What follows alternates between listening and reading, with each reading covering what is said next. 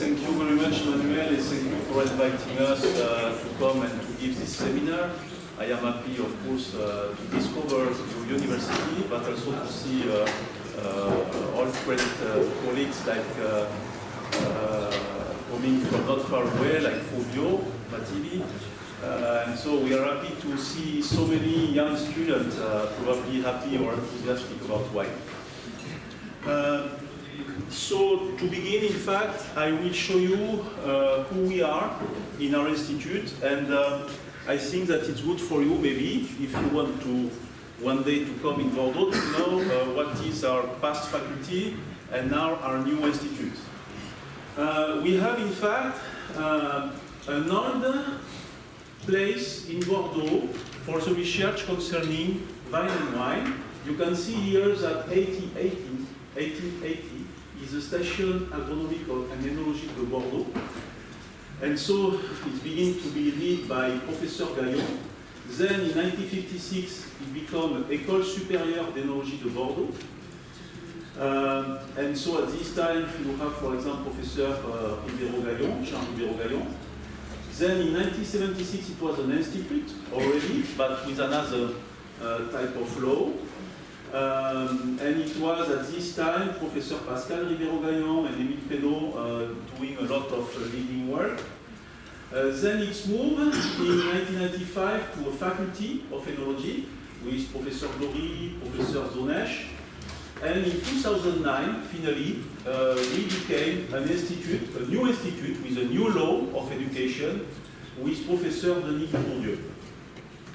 Alors, where is Bordeaux? I think that probably all of you know more or less. This is the area, the region. You can see it's a big region in the southwest of France. And Bordeaux, of course, is the main city in this area. Alors, for Bordeaux, in fact, it's an harbor with an easy access to the Atlantic Ocean. And in fact, you have, in fact, a story where during the 12th century, in the area, people were doing claret wine and exported to England this type of wine. 17th century, it was white and sweet wine that was exported to the Netherlands.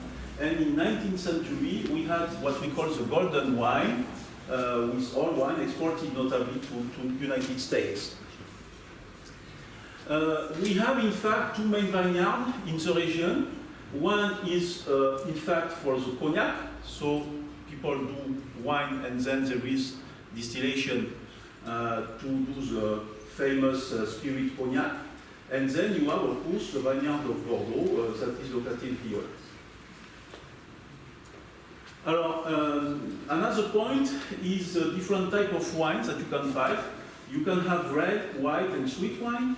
There is around 57 protected designations of origin in Médoc, Margaux, Sauternes, Saint-Émilion, Pomerol. Well, a lot of different appellations with DOC. And in fact, Bordeaux chose to produce quality wine with a specific identity from the place where they are produced. And 99% of Bordeaux wine have in fact an appellation, a protecting designation of origin, and this is a unique situation actually in France in terms of vineyard. And so you can find some classification with what we call Cru Classé, 1855, that was an official classment with Napoleon III demand, Cru Bourgeois, Chateau, several types of label. Today, the wine sector in the area is very important in terms of economy. You can see here that it's around 55,000 jobs, 7 million hectoliters of wine with 800 million of bottles. And so we should add cognac to that. That is also very, very important in terms of economy. It represents 3.5 billion euros, 50% is export. We have around 4.5 million of enotourists a year. That is quite important, 31% foreigners. And so we have around 10,000 wine estates. That is the number one in France actually.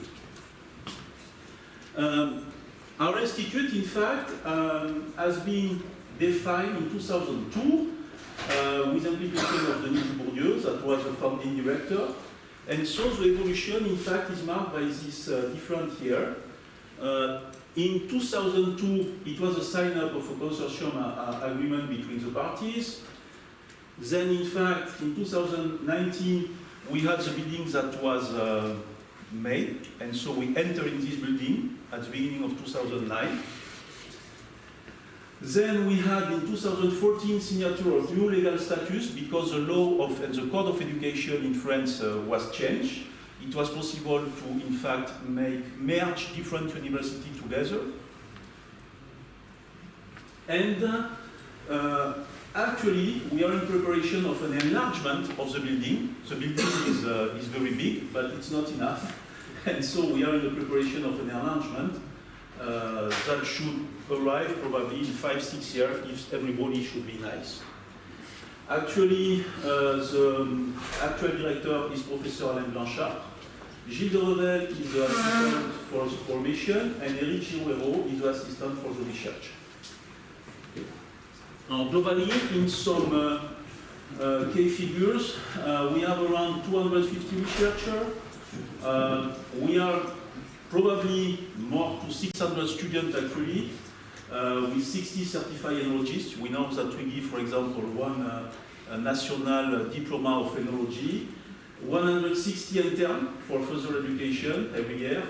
We have one international network called NOVT and an Erasmus Mundus Master, Wintour. It's special for enotourism. The building is 10,000 square meters. There is 4 technology transfer and spin-off. We have also some LabEx, it's excellence research program for us to evolution, adaptation, governance of continental and coastal ecosystem. And so we are founder, for example, of the journal Eno1. If we group together all public and private institutions, education and research is the sector of Bordeaux. For teaching, research and transfer, you have in fact 3 parts: scientific research, higher education, technology transfer. This is really the main objective for the building, inside the building. With scientific research, we have all topics of the wine sector: wine, market, environment, consumer, teaching in science, economics, humanities, tourism. High level of technology transfer and development of international networking. And for this, there is different partners: Bordeaux Sciences Agro, INRA, Cage Business School, that is a private school, Université Bordeaux-Montaigne with humanities, and Sciences Po Bordeaux, that is more for political, in fact, situation. Alors, in terms of formation, the degree delivered by our institute is a Master of Wine and Wine Science, 2 years. The Erasmus Mundus Master Wintour, in fact, with 2 other universities. One is the University of Porto, and the other one is University Rovira and Virgili in Tarragona, in Spain. The National Diploma of Enologist, and we have professional bachelor in enological control and in enotourism. We have also other type of diploma for training and professional. One is concerning the wine tasting capacity, that is very famous, with around 50 people a year. Another one is for initiation to enology, around 25 people.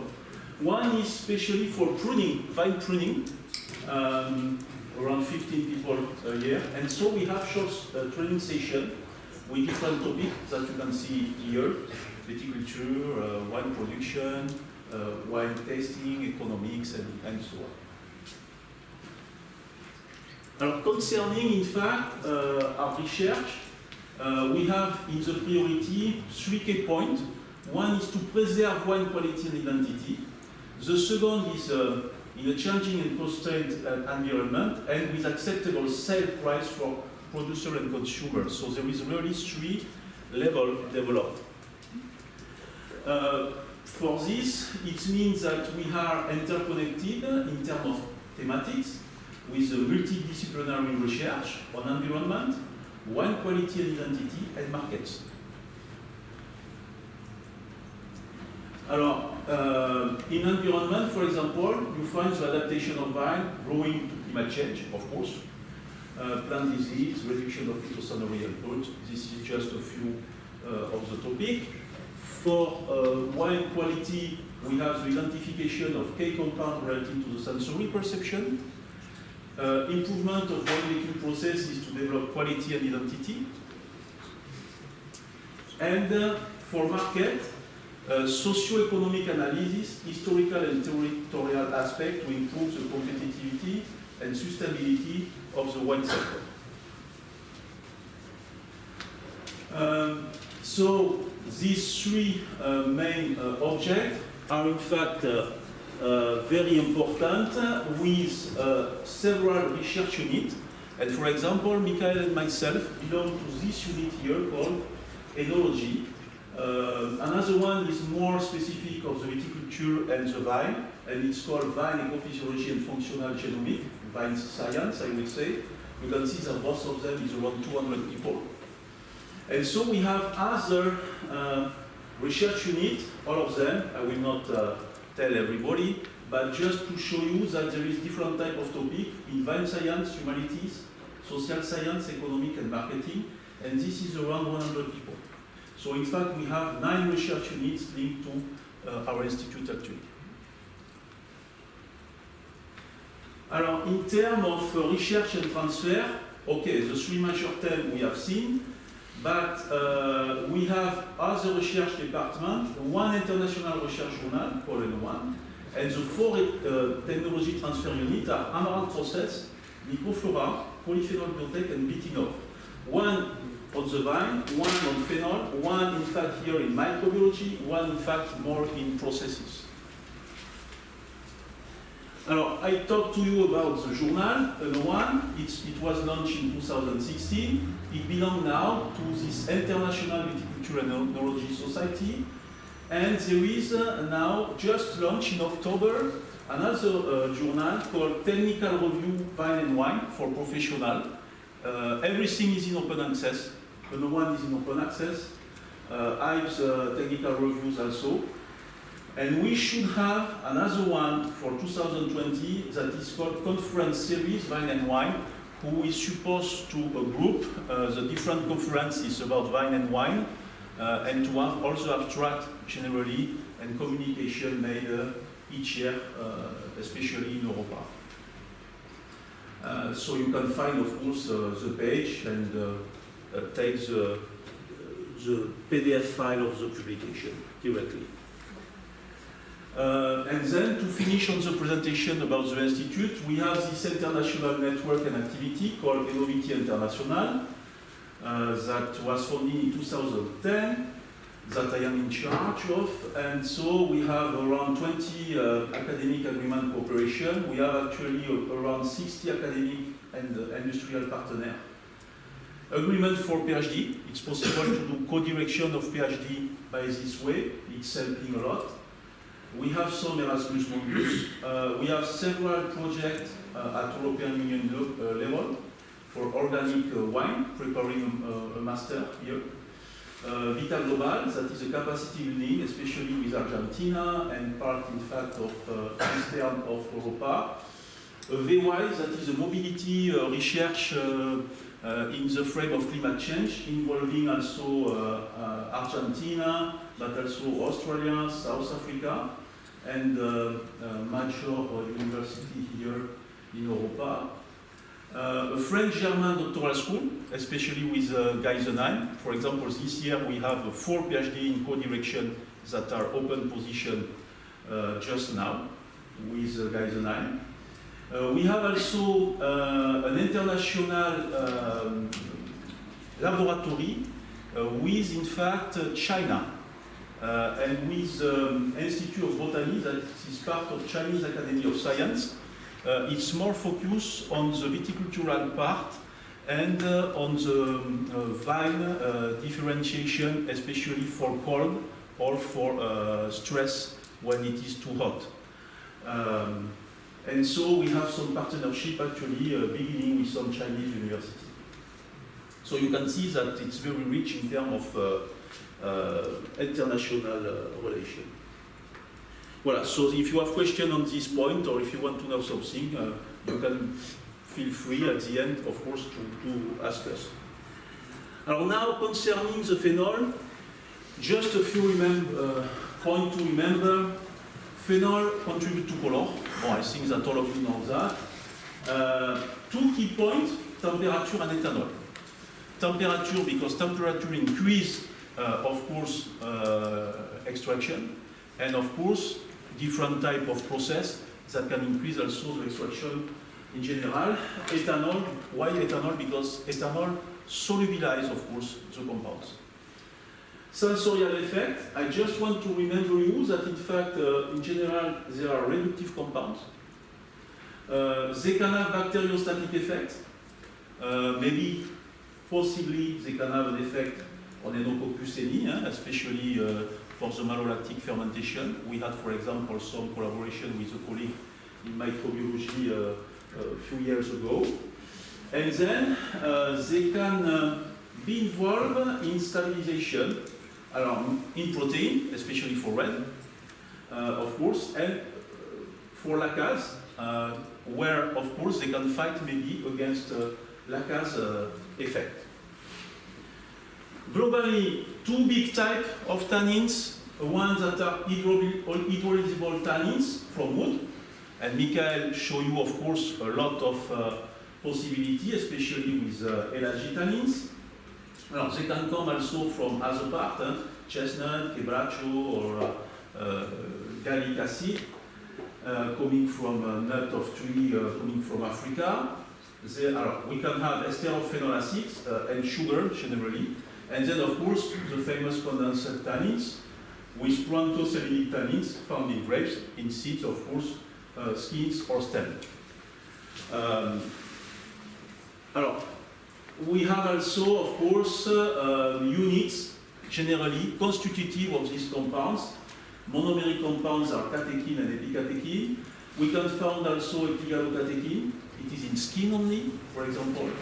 Epicatechin galate in seed mainly, or epigallocatechin galate, so that we have to look in wine. And so generalization for the characteristic of tannins, in fact, there is what we call the polymerization degree. Because in fact, it's not so easy to know exactly the structure of the molecule.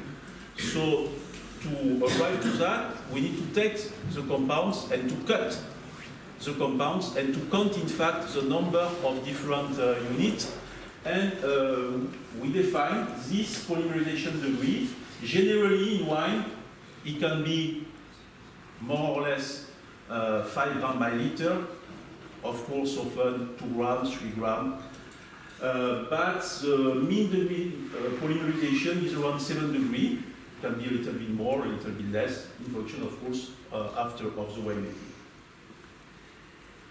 Concerning tannin identification and quantification and sensory effect, I had one PhD thesis with Cleopatra Kira in 2009, and we were looking in the different area of Bordeaux. You can see Médor, Graves, Entre-deux-Mers, Libournais, Saint-Émilion, Côte-de-Veau.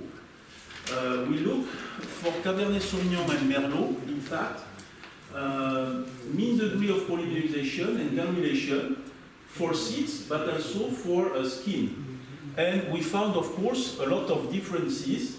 You can see, for example, that in seed generally, the mean degree polymerization for Cabernet Sauvignon go until 8.8. In Merlot, it's only until 3.6. So it's more polymerized in seed of Cabernet Sauvignon than in Merlot. For granulation, it's close, around 50% for both varieties. And in terms of perception, if you prepare extract and you look in solution, so Cabernet Sauvignon, in fact, is more linked to astringency, especially with correlation with soil. And for Merlot, it's more with bitterness, and correlation was found with vintage and soil. This was the first point for seed. And for skin, there is also a lot of differences. For tannin composition, you can go until 48.8 for Cabernet Sauvignon. It's quite high in comparison here with, of course, the seeds. And for Merlot, until 35, that is, of course, lower than for Cabernet Sauvignon. For galoylation, there is more also in skin for Cabernet Sauvignon, at least almost 4 times more than in Merlot. And for prodelphinidine, you have also twice in Cabernet Sauvignon than in Merlot. Alors, in terms of perception, Cabernet Sauvignon is bound also to astringency, especially with skin, with vintage and soil. And Merlot is more with bitterness and soil, again. So you can see that there is some specificity that we were able to look, and finally each terroir has some incidence or influence on the quality, of course, of the tannins. We look also correlation in function of vintages, for example, and different type of wine. So for Merlot and for Cabernet Sauvignon. And so you can see here Cabernet Sauvignon linked. And so here's the intensity of astringency, and you can see that in fact there is an increase of the polymerization degree with in fact the intensity of the astringency. For the Merlot you can see that it's linear, but we have a little bit less point here. And so finally there is a correlation between astringency and the polymerization degree globally. It's what we found also with different vintages finally from Pauillac and Pomerol. In this work. And so, of course, tannin quality characterization in grapes and wine are probably very important to look. So here Merlot, here Cabernet Sauvignon. Alors, we have also tried to define correlation between chemical and sensory analysis, and you have here the famous wheel of Richard Cawell. And so, if we look in fact in terms of index, you have here an index, you have a scale pattern between astringency and the mean degree of polymerization, going from soft, here, it's around 1.8 degree of polymerization, mellow it's around 2, slight astringency is 4, and after 7 you go through real tannic. And for Merlot, you can see that it's different. Soft is 1.3, mellow it's before 3, a little before 3, and slight astringency is after 4 generally. So you have differences in terms of variety in function of the degree of polymerization. It's not something uniform for all the variety. It just means that we have to do a scale, in fact, for each variety globally. That's also one of the points. You have a tendency, but each variety is unique. In terms of sensory analysis, finally, we have some vintage effect with Cabernet Sauvignon wine and Merlot wine, but for bitterness, we were not able to find. And the idea, or the point, is to see here that with the vintage, we have a good correlation of the mean intensity for both variety with astringency. You can see here. But in fact, if we look for bitterness, for the both variety, we are unable to see significant difference. And probably one of the reasons is that it doesn't work the same way in terms of perception. And we will talk a little bit after.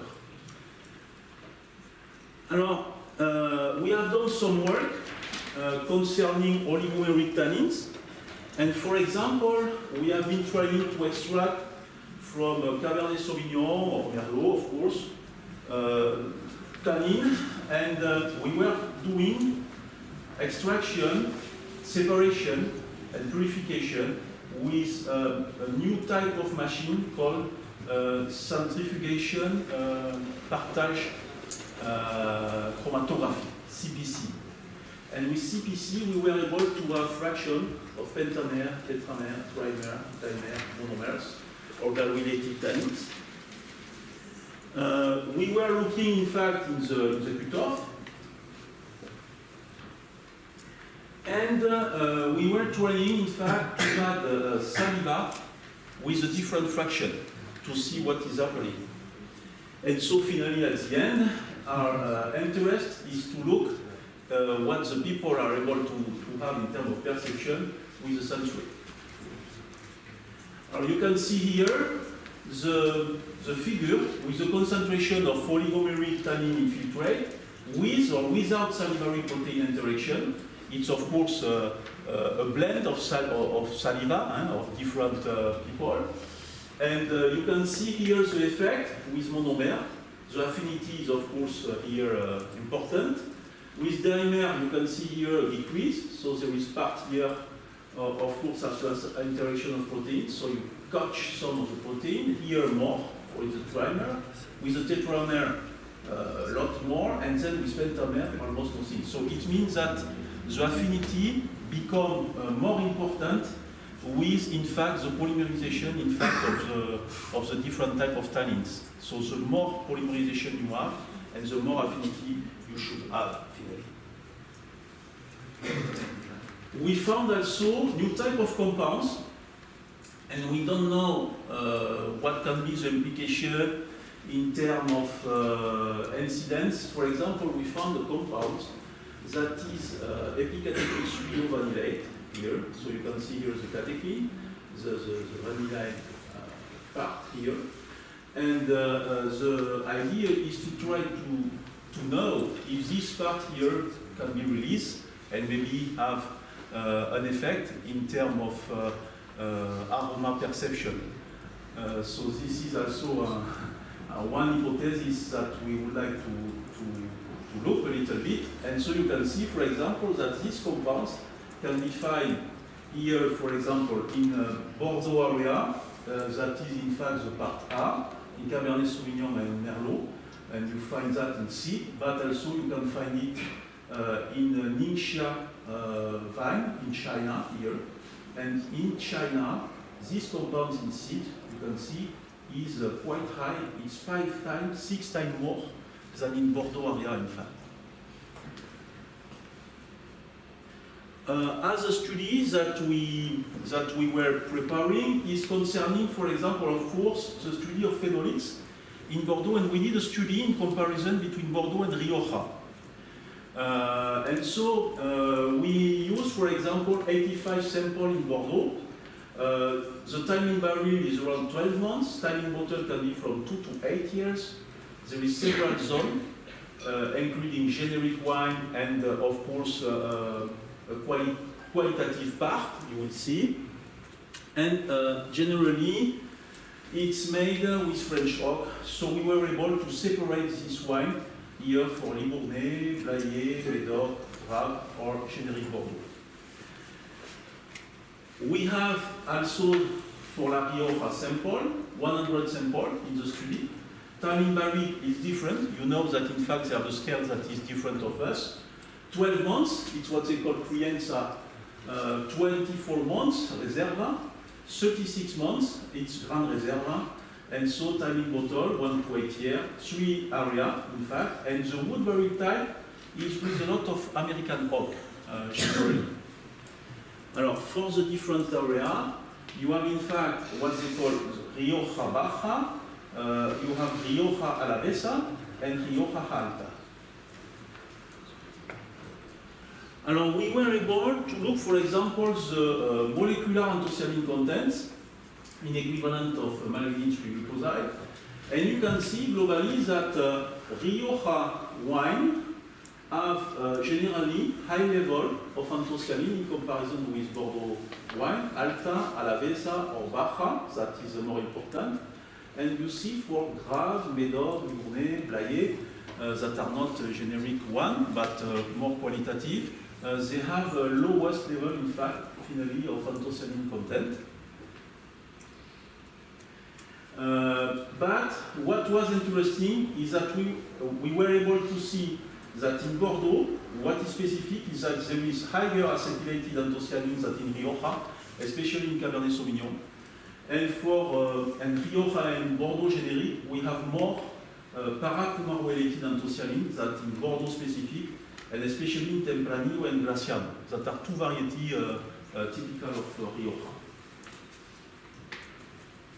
Another point was to see, of course, the derived pigment content, and you can see here different types of pigments that we were able to look.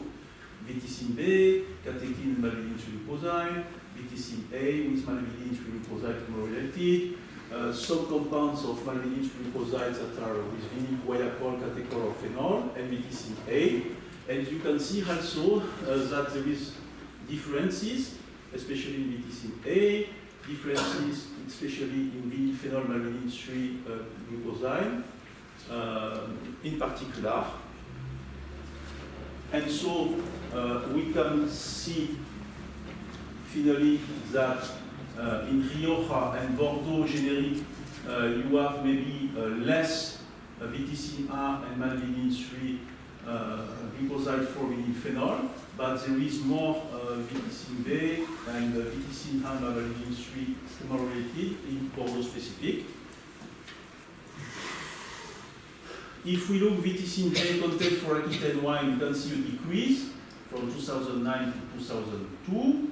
If we look for Rioja wine, you can see in fact that the decrease is less important globally, but it's also a tendency. And we look also for tannin contents, some molecular contents. And so you can see that for tannin, finally, there is more tannin globally in specific Bordeaux wine, in Grave, Libournais, Blayais, Médoc, generic Bordeaux, and in Rioja wine, finally, there is less. And this was quite interesting for us because it was unexpected for us that we will have that. So finally, in Rioja area and Bordeaux generic, you can see that there is a decrease. In Alavés, especially with Tempranillo, and in Bordeaux when there is more Merlot. But in Bordeaux specific, with Cabernet Sauvignon, you have more low molecular tannins globally. Sorry, I go too fast. This one, yes. Here you have the mean degree of polymerization distribution by area. And what was interesting is to see, in fact, the mean degree of polymerization is highest in Rioja wine. You can see here it goes from 3.5 to almost 4. And for the wine of Bordeaux, from 2.7 until here around 3 or more than 3. If we look distribution by vintage, you can see that there is a decrease of the mean degree of polymerization from 2013 to 1994. And so the decrease is from 4.3 until almost 2. So it's almost half of the mean degree of polymerization decreasing. And if we look in the detail of Rioja wine type, especially with the different aging, remember that you have 12 months, 24 months, 36 months.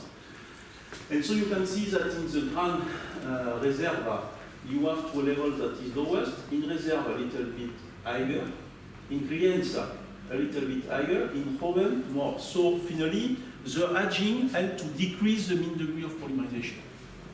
And so to look, of course, the polymerized compounds that we were talking Michael before, it should be very interesting to have a look of the kinetics of transformation and change in these compounds here. So finally, we were able to do a separation about Blayais, Médoc, Grave, and Libournais in an RCP here, Bordeaux and Baja, Rioja, and then here Alavesa and Alta. So it's possible, in function, in fact, of this graphic, to finally separate the type of wine in function of the origin and the quality. And so you have here the pigment component here on this line, and here you have the tannin component here on the other one. And so we are able to do this separation. And so for Alavesa, it's allowed here with Alta. Alors, then I wanted to talk a little bit about, of course, Elagitanin, but Michael did it perfectly, so I will not go too much on it. Of course, there is different type of units. You know that there is Vescalagine and Cascalagine, generally, that are really very important part. It represents 50% of food elagitanins in general. And of course, you have a lot of differences in function of the output and the very high variability is possible in function of the origin, notably.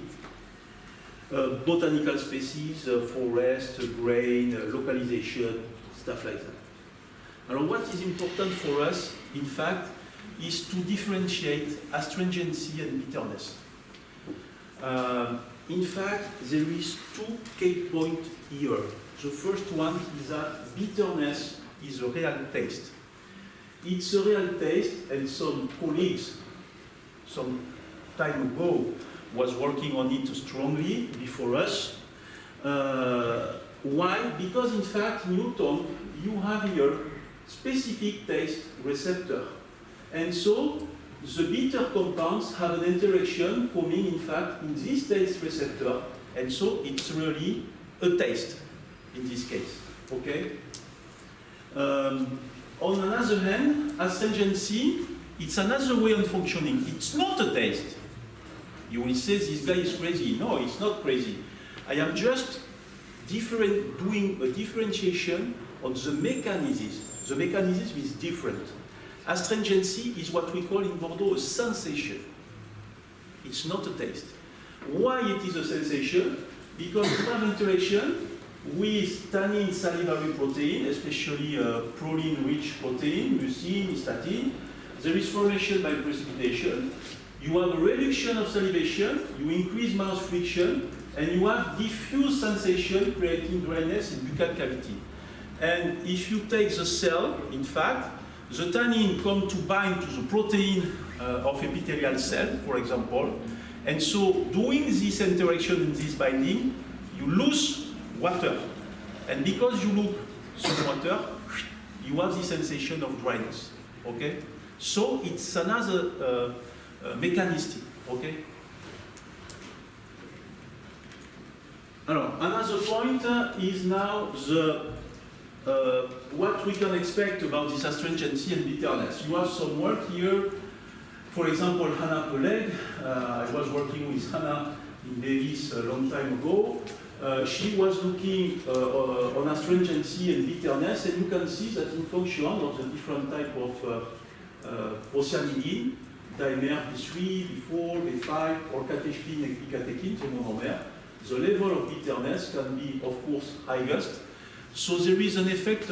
Why? Because there is an effect of concentration. There is two effects. One is the structure, another one is the concentration. And so generally, if you look for astringency, almost the different compounds, okay, there is variation, but it's not so much significant here in the work that was done at this time. But it was only a dimer and monomer and one of the trimer.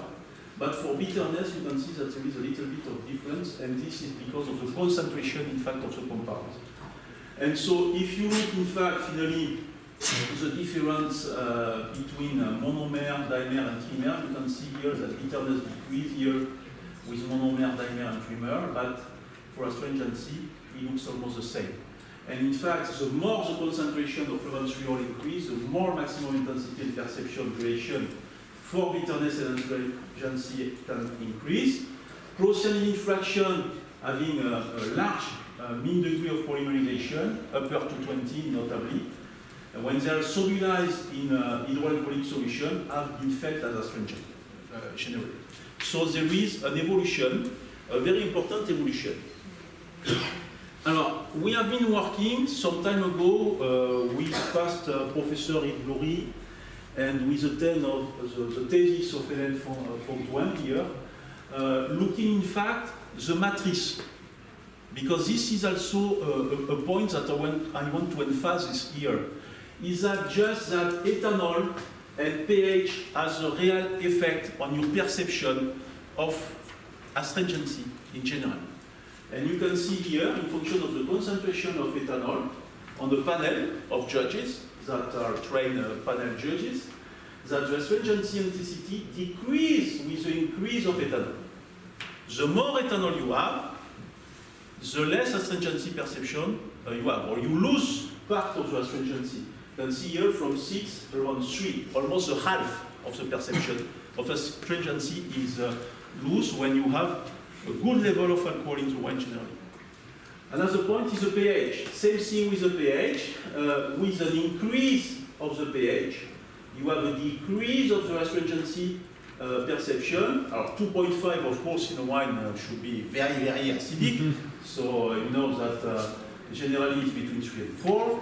And so you can see here that in fact the decrease is real because you pass also from 6 around here 3 or 3.5.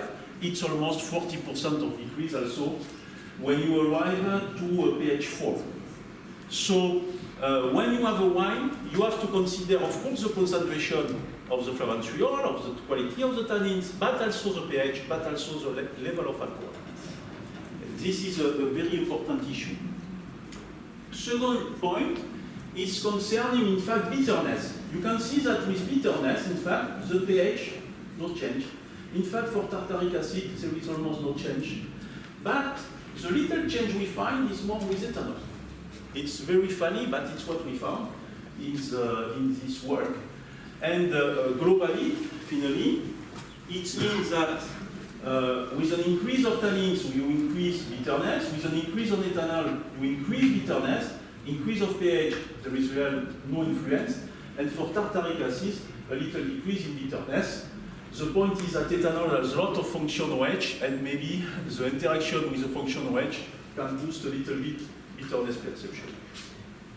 So finally, a lot of work is needed with the reactivity of tannins, especially with what we call, of course, the oxidized form or polymerized form. And you can see here a lot of OH which is a negative charge. And of course, they are very important in the interactions that you can have with proteins that are charged with positively. And when you have condimenting form, for example, I don't know, polysaccharide or something that want to cover a part of the polymerized compounds. So in this case, you have not accessibility here, and so you decrease finally the perception, in fact, of the astringency. So there is an interaction with other compounds, of course, that need to be studied strongly. Some other work that we have initiated in the frame of a PhD with my colleague Luca Roll in Torino, Torino, in Alba, is, was about anthocyanin with a PhD student. His name is Maria Alessandra Pensoni, and she was working on anthocyanin and organoleptic property of wine. Alors, the question was, are anthocyanin involved in wine taste? And so she was looking, probably you are more familiar with these varieties than us, with Nebbiolo and Barbera.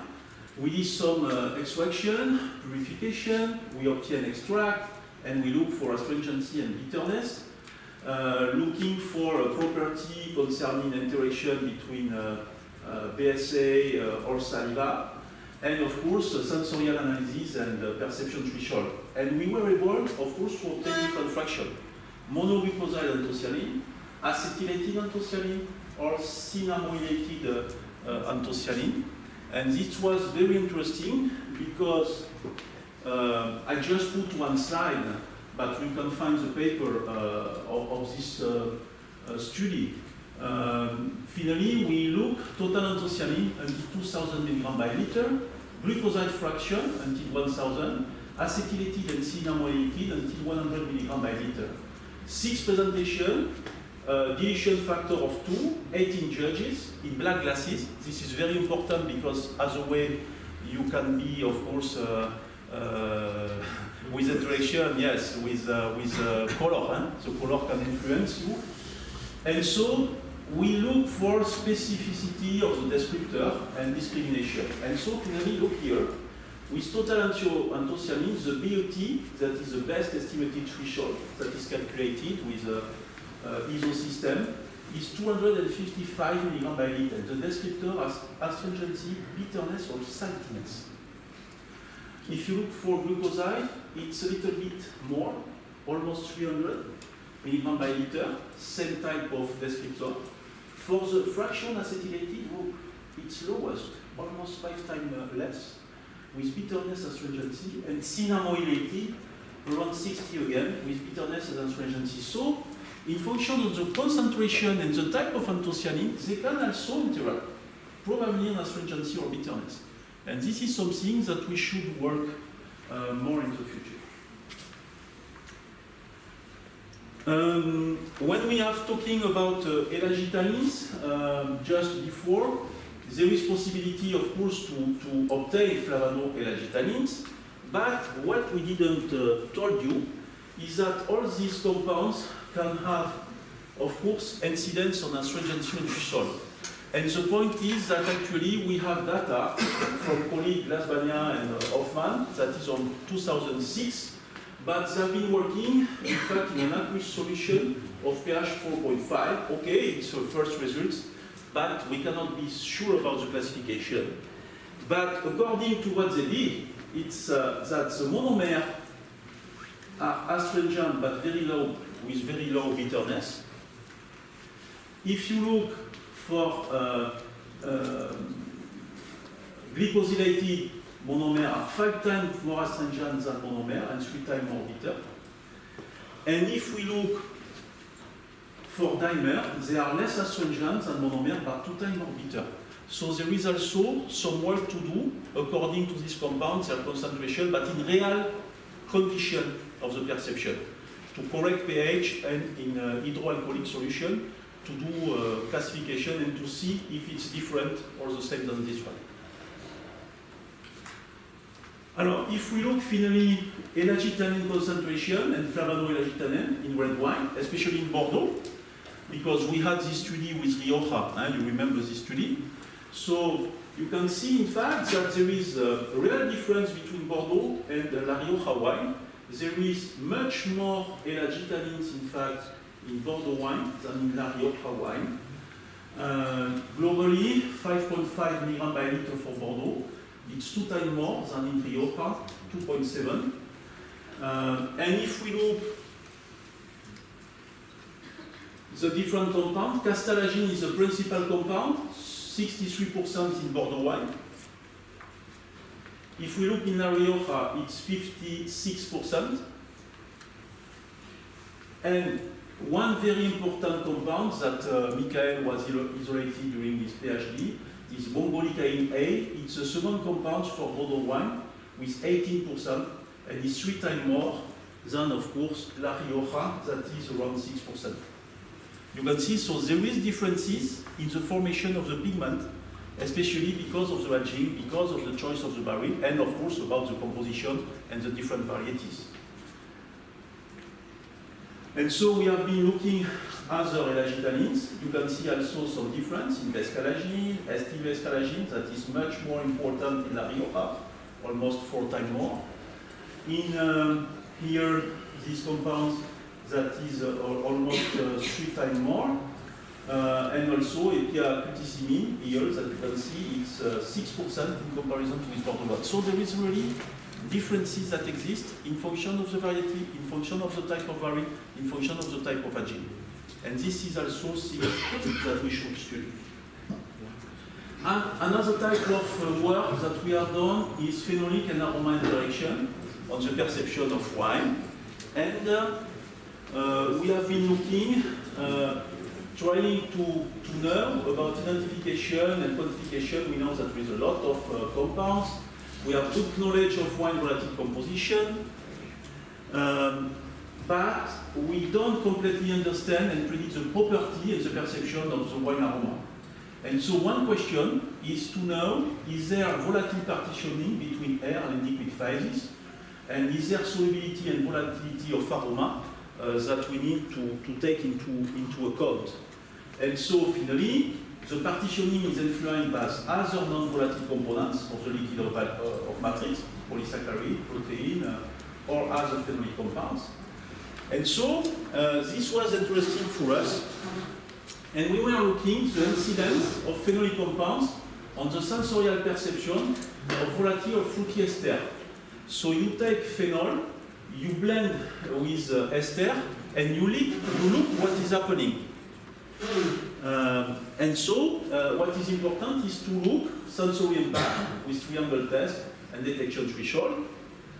So we had, for example, no impact of gallic acid on ester perception. but significant impact of catechin at high concentration, 2 grams by liter. And in fact, we have butyrate and octanoate threshold displacement with what we call retention effect. You can see here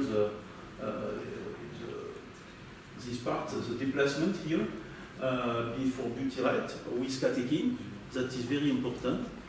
And so there is an impact of the polarity. Catechin, for example, that is stronger in comparison with gallic acid. An impact of aroma structure, linear ester in comparison with branch ester, octane ethanol or butyrate ethanol or butyl ethanol and isoacetate. You can see in fact that there is probably steric hindrance and interaction decrease that can explain probably what we found here. So finally we have developed GCMS with development of appropriate methods. We are colleagues de Rodin. And we were able to do classification in terms of concentration in micrograms by liter for threshold. In model solution, you can see is acetate isoamylic 27, but in model solution with catechin is 25, so it doesn't change. Voilà. But with ethyl isobutyrate, here you can see that it's almost the same. With ethyl butyrate, it changed from 45 to 124. So you can see here that there is a really a big affection. With ethyl octanoate also, look here, you have to 450 and normally solution model is 180. So in fact, the two here, it's almost 3 times more for both of them. And so we have good reproducibility through repetition. So we have a real retention impact with catechin and threshold are increased. And for linear ester, ethyl octanoate and ethyl butyrate, they are the most reactive volatile in general. So this is also something of interest for us. So finally, if we look, we have difference of polarity with hydrophobic driving force. For aroma structure, we know that linear ester, in fact, there is a difference with branch ester, with a steric hindrance and interaction decrease.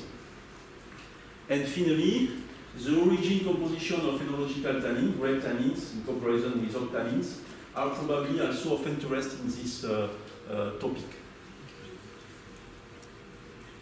And so, with what we look, is we had confirmation of hydrophobic driving force in general. We had also some work on oxygen effect on red wine with new molecules, pyranthocyanin concentration, incidence, color, and sensory aspect. You know, of course, that oxygen is a very important compound. So you bring oxygen, and there is consumption of oxygen itself for polymerization, for tannin. And generally, what you are looking for is stable color complex. So often you use 1-3 milligram by liter bonds. And so in function of temperature, the doses have to change because you have aroma evolution that is very important from reductive character to ethanol. And so generally, people have to take this into account. What we found in a PhD thesis of Laurent Péchamin is, for example, formation of new compounds with oxygen. For example, here you have this type of molecule under oxygen and acidity dependence, and we found, for example, 2 times more at pH 3 than pH 4, with 2 parts, 1 part here that is here, the second part here that is here, and in fact, you can see here that the control without oxygen is at a level that is high.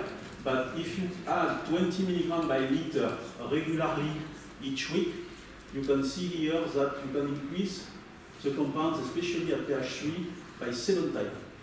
So it means that in terms of oxidation and generation of these new compounds, we need to take into account the quantity of oxygen, but also the pH. That is a very important key point here. We are confirmed, of course, with mass spectra and by NMR, the structure of the compound. So pyranol, malvidine, 3-glucoside, bind in fact with dimer B3.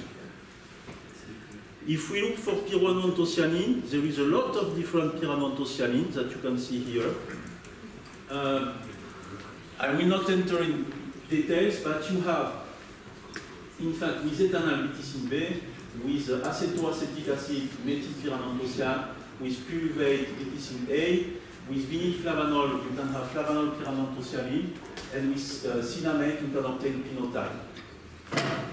And so generally, just to give you an idea, you have, for example, here, evolution of the pyrananthocyanine. In fact, there is creation of pyrananthocyanine during already alcoholic fermentation. And you have a yeast contribution to increase some of the pyrananthocyanine here until the malolactic fermentation. And you can see that part of BTC-A here, in fact, decrease during oak aging, decrease after in botulinum aging. And in fact, you have more stability with port wine, generally, because you have a process of aging that is different with oxidation. And the ethanol content is very high.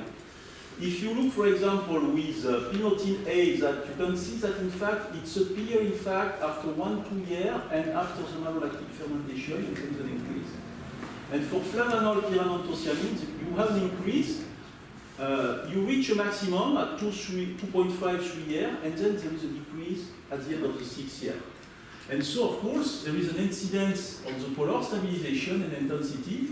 And so the question is the color of this wine that is changing have an incidence at sensory level?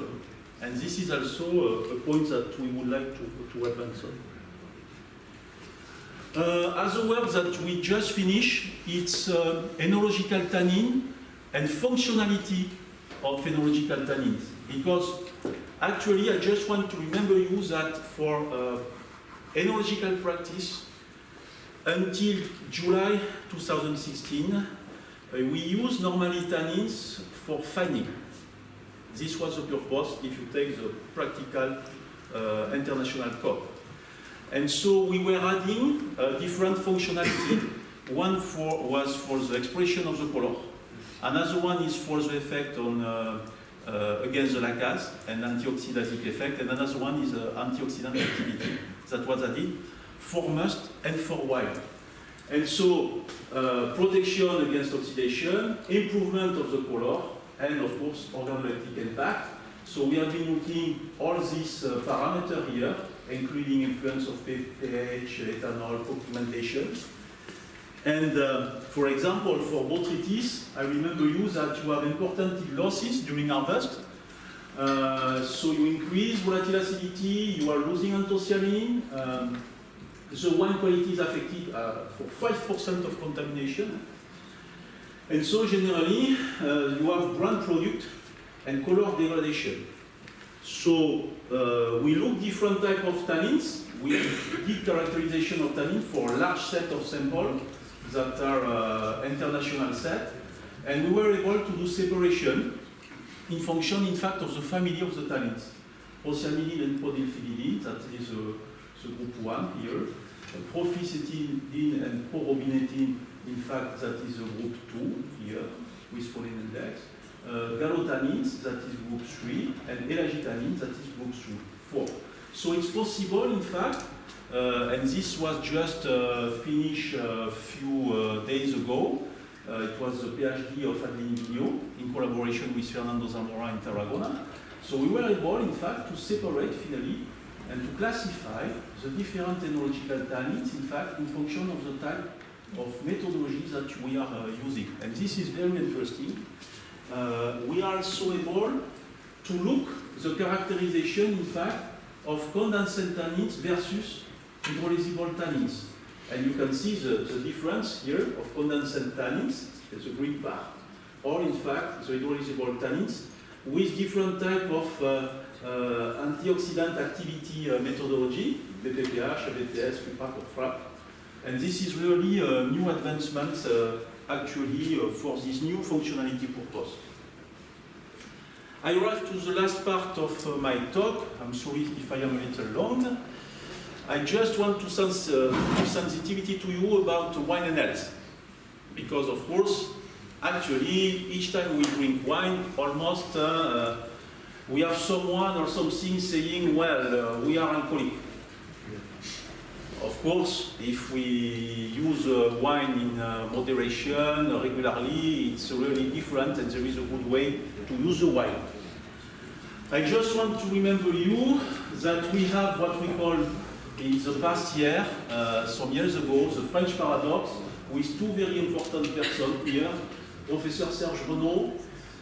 In fact, Professor Serge Renaud died some years ago, and he showed, in fact, in France, that people suffering of coronary heart disease have less mortality than other countries in comparison with the fat cholesterol level that was the same or more. And in fact, there is this phenomenon that was noticed by an Irish physician already in 1890. Can you imagine that? So, second person, very important, that is a colleague of us and of Fulvio, it's Professor Curtis Ellison. He's in Boston, he's retired now, but it's a very important person, a very strong epidemiologist. And in fact, Serge Renaud, but also Kurt, have been involved in the show, you remember, on CBS, in the TV. And so, in 1991, Serge, but also Kurt, were talking about the consumption of red wine, decreasing, in fact, finally, the incidence on the coronary heart disease, especially about around 44%. And so, a lot of incidence on the consumption of red wine and of wine was involved at this stage, and it was in the 1990s. If I am talking about French paradox, just to give you an idea, you can see France is here on the mortality for cardiac disease. Then Switzerland, Italy is not bad, it's okay. Italy, Portugal, Spain. So South Europa is here. Middle Europa is here. Middle wine, because they drink also beer a lot, not only wine. And Finland, Denmark, Sweden, Norway are at the highest level. They drink a lot of high-level alcoholic beverages. So you can see there is also some difference probably in function of the type of product and the richness of alcohol. Alors, what's the story about it? In fact, in our body and in the blood, you have what we call lipoproteins. And lipoproteins are in fact made with different parts, apolipoprotein, triglyceride, ester of cholesterol, phospholipid, free cholesterol. Of course, lipoprotein, especially the bad lipoprotein, the LDL cholesterol, can give in your arteries with time. You are very young, so for you everything is okay, but after 50 years old, we need to look a little bit more. You can have what we call development here, you can see it, of atheroma fatty streak area, or stenosis here. You can see the reduction. This is in fact the circulation of blood that is very low. Or arterial thrombosis, creation of a thrombus because of calcification, in fact, of part of the media here. And so, in fact, during our life, you have LDL that can go through endothelium, that are affected by reactive oxygen species. Then there is a modification of the LDL. It is bound progressively, all these type of compounds, giving what they call macrophage, binding in fact with cytokine to the endothelium, or they can create foam cell with growth factor, and so there is a cellular proliferation with a degradation in fact of the matrix and the enzyme that is arriving. For us, we are very lucky people, all of us, because in fact we have antioxidant defenses. And so in these antioxidant defenses, there is free radical production, and there is a necessity to have a little bit of physiological role of this free radical. So we need to have some, but not too much. And in fact, if there is too much, we have an oxidative stress with incidence on lipid peroxidation, protein oxidation, nucleic acid alteration, and at the end it's oxidative pathology that can develop. But lucky we have enzymes like superoxide dismutase catalase, glutathione peroxidase selenium, glutathione transferase that are able to fight against this. And also, of course, non-enzymatic with vitamin A, vitamin E, vitamin C, carotenoids, phenolic compounds. And of course, in grapes, you have a lot. Then selenium or glutathione also that are very important compounds found, of course, when we eat with vegetable and fruit. So finally, the polyphenols are able to have activity against atherosclerosis. It can inhibit platelet aggregation. It can inhibit smooth muscle cell proliferation. It can increase vasoreactin activity with nitric oxide formation. It can inhibit the expression of adhesion protein, and it can reduce LDL and cholesterol oxidation and increase plasma antioxidant activity. Alors, if we look the compounds that you have in grapes, tannins or anthocyanin, you have here, for example, vitamin E, that is a reference antioxidant that you can find in pharmacy. And you can see that, in fact, all the compounds that you have in mass, almost all of them, have a percentage of inhibition of oxidation of lipoprotein low density that is, in fact, 3 times more efficient than vitamin E. So the compounds that you find, in fact, in the seeds and in the skin of the berry are more powerful than vitamin E to fight against oxidation of lipoprotein.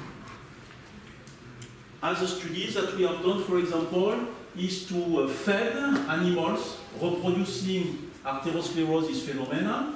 You can see here this little animal. That is hamster Syrian doré, and so we are able to look in the arteries or in the aortic arch wall surface the deposit of lipids, and you can see that the animals, for example, drinking only water, have a high level of this surface with lipid deposition. If you have ethanol, 12%, 2 glasses a day, you have a reduction of 63%. Ethanol with phenol is 75% and phenol 33%. So in fact, it's work better when you have both ethanol and phenol. So it's better to drink wine, probably. That's the point. Another one is concerning the type of, for example, variety. We have been working with Grenache, Shiraz, blend of varieties or flash detent to see also if there is an effect. And you can see that it can go from 35% reduction to 66% reduction for a blend, in fact, with tannizage, in fact, during the wine making. So, in fact, in function of the maceration process, you have a better effect to increase the reduction of aortic acid, and also, of course, on the lipid parameter, you have a decrease globally of 10% of cholesterol, and you can reduce LDL cholesterol of 40%. And this is enough interesting as a result. In some other study we did, it's for glycemia. We have been using a model that is called streptozotocin model rat. And you can see here diabetic animals. They have a high level of glycemia, 500 milligrams by liter. If you give, in fact, ethanol, polyphenol, it's a red curve. You reduce about 50% after 30 days. If you give also a little bit of ethanol, there is an effect. Ethanol is also efficient to reduce a little bit. And if you give both, of course, you have a good result. So finally, it means that if you drink a little bit of wine, 1 glass a day, for example, you have also probably an interesting effect to reduce glycemia by 50%. As a point is grapeseed extract from rich in tannin and obesity. We gave also to a model 2.5 grams a day equivalent quantity of for a human adult of 70 kilos. And in this work, we were able to reduce abdominal fat deposition by 30%. We reduce insulin 60%, glycemia 22%. Leptin, that is a hormone that controls your appetite, about 45%, and we increase adiponectin, that is in fact the decrease of the fatty parts that we put in reserve of 60%. And this was very interesting because this is a direct effect of the tannins. Last point, that is with grape pomace, we have a characterization work with, in fact, a big company in France, in the Rhône Valley, doing more than 20 million bottles a year. They want to valorize, in fact, the pomace. And they ask us to work against hypertension. Just to give you some idea, hypertension is about 9.4 million deaths per year. And the prevalence, you can see that, of course, after 65 years old, it's increasing around 40% in general and can go to 90% after 85 years old. So the more age we are, the more chance we have probably to be affected. In 2013, it should be 23 million people that can die annually from cardio, heart disease, and hypertension. Now, grape pomace, in fact, can be of interest, and we have to do measurement of blood pressure, especially we have hypertension if your blood pressure is more than 140 millimeter mercury, or diastolic blood pressure upper 90. And so, in fact, there is lifestyle. So we should weight loss. We should have balanced diet. We can have moderation of alcohol consumption, but only a few, and regular physical activity. This is lifestyle type of treatment. And then there is a lot of pharmacotherapy that exists, especially with alpha or beta adrenergic, calcium channel blocker like verapamil, angiotensin converting enzyme or diuretics to fight against hypertension. And some people take, of course, this type of medicine. Alors, you can see here, for example, a model that is a fructose-fed rat that develop hypertension. You have here this rat with fructose diet, and you can see the increase in the systolic blood pressure that is very high at 6 weeks. And then with the wine extract, or the wine extract with, in fact, alcohol, or the alcohol alone, in fact, you are able to reduce the level of the hypertension significantly, and this is very interesting. According to that, if we look in this animal, for example, oxygen reactive species at the heart level or at the aortic level, you can see that there is a decrease, in fact, with all type of phenols that we give to animals, anthocyanins, procyanidin, or polymerized tannin compounds. And so polyphenol are able to prevent, in fact, expression of NADPH oxidase that, in fact, is involved in the process of hypertension. So the last work that I am talking about is quantification in grape pomace, because there is wine, of course, but also the residue. And the residue can be, of course, also with a valor. It's possible to have a valorization with nutraceutical. And so we have identified and quantified phenolic contents in different varieties in pomace, the different chemical composition, and evaluate the extract potential in a special model that is a spontaneous hypertensive rat. It's a rat with a genetical that make him increase, in fact, the level of systolic blood pressure. So we had different type of pomace, and so you can see, for example, the characterization of the antioxidant activity of this grape pomace with different varieties: Alicaran, Carignan, Prunoise, Grenache, Mourvèdre, Syrah. Well, we have done like that several types of variety. We were able to look in pomace seed, we were able to look in pomace skin with different type of methodology, with ORAC or FRAP, for example. And you can see that there is differences in function of the vintages. So all the idea is to know the level in function of the idea, to know how much material of interest we can have. And so if we give this extract to the animals, for example, you can see here, we give to the animal this extract with 21 milligrams by kilo a day during 3 weeks. So the level of the systolic blood pressure is increasing. It's normal because the animal, of course, is in a system where he is in the obligation to do it. But if we stop here, the treatment with the phenol of the extract coming from the pomace of the grapes after winemaking, look what's happened. There is an increase of the systolic blood pressure. And so, for example, here, these 3 extracts, the blue, the red, and the orange here, it means that they are really efficient to reduce, in fact, the blood systolic pressure. Alors, how it works? It's a very complicated scheme. If you tell me that, I am okay, of course, but just to explain you, in fact, you have the red wine phenolics going here inside the endothelial cells, and in endothelial cells, you have the arginine that is taking in charge by here an enzyme called inosentase enzyme that is able to generate, in fact, nitric oxide.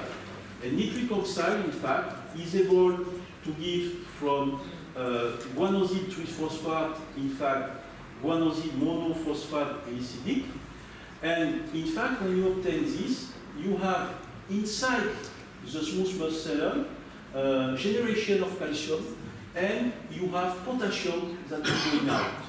And this is a system actually that can explain the liberation, in fact, of nitric oxide with a vasodilatation, in fact, of the coronary artery generally.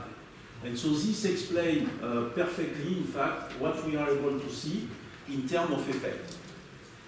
So, to conclude, you have correlation between vintage and both chemical and sensory data. You have importance of the ratio, tannin and anthocyanin, especially you remember the work done between Rioja and between Bordeaux wine. Correlation between astringency and mean degree of polarization, but we need also to have qualitative tannin characterization. Elagitanin of Folkwood, aging have incidence on sensory aspect, so classification, choice, time of contact, and type of Folkwood is also important. The pH incidence on elagitanin sensory perception, but also on other tannins. Oxygen that create phenolic structural modification and process incidence on tannin structure and sensory aspect. Example, pyroanthocyanin generation. Necessity to take, in fact, all these parameters in account to manage tannins for international market, especially if you want to balance tannins and fruity perception. And so, of course, for each wine, you have an adequate tannin composition and quantity to optimize sensory perception, especially in red wine. Second point is that wine can play a nutritional preventive role when it is integrated in diet with moderate consumption. Phenolic compounds from grape and wine have therapeutical interest for cardiovascular disease and complication. And nutrogenomics research of grape and wine components on chronic disease and complication need to be developed. And I just want to remember you to finish this really very important sentence by Louis Pasteur: the wine is a more hygienic beverage in moderation. And so I want to, of course, thank you for your attention.